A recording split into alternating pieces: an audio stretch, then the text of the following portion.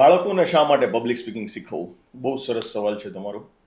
આજે ઘણા બધા બાળકો એવા છે કે જે એકદમ શરમાળ પ્રકૃતિના છે. એની પાસે નોલેજ ઘણું બધું છે, એની પાસે ટેલેન્ટ ઘણું બધું છે, પણ જ્યારે એને સ્કૂલમાં પૂછવામાં આવે છે ત્યારે એ હાથ ઉપર નથી કરી શકતા.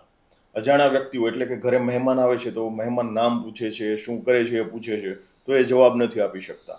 એને તમે કોઈ પ્રસંગમાં લઈને જાઓ છો તો એ એકલું એકલું ખૂણામાં રમ્યા કરે છે. સો કહેવાનો મતલબ શું છે કે આ બધી જ જગ્યા ઉપર તમારા બાળકની અંદર કોન્ફિડન્ટનો અભાવ છે.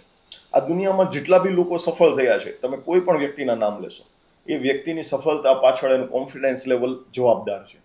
જો તમે તમારા બાળકને કોન્ફિડન્ટ લેવલ હાઈ કરવા માંગો છો, તમારા બાળકને મોર પાવરફુલ એન્ડ સુપર કોન્ફિડન્ટ બનાવવા માંગો છો, તો તમારે એને પબ્લિક સ્પીકિંગ સ્કિલ શીખવવી બહુ જ જરૂરી છે. જ્યાં સુધી એના અંદર કોન્ફિડન્ટ નહીં આવે ને એ ત્યાં સુધી એ એના બિઝનેસમાં, એની જોબમાં, મારી પાસે ઘણા બધા એવા લોકો આવે છે કે કોલેજ સ્ટુડન્ટ્સ હોય છે, એની પાસે નોલેજ ઘણું બધું હોય છે, એની પાસે ટેલેન્ટ ઘણું બધું હોય છે, પણ એ ઇન્ટરવ્યૂમાં જાય છે તો ત્યાં ક્વેશ્ચનના આન્સર આપી શકતા નથી.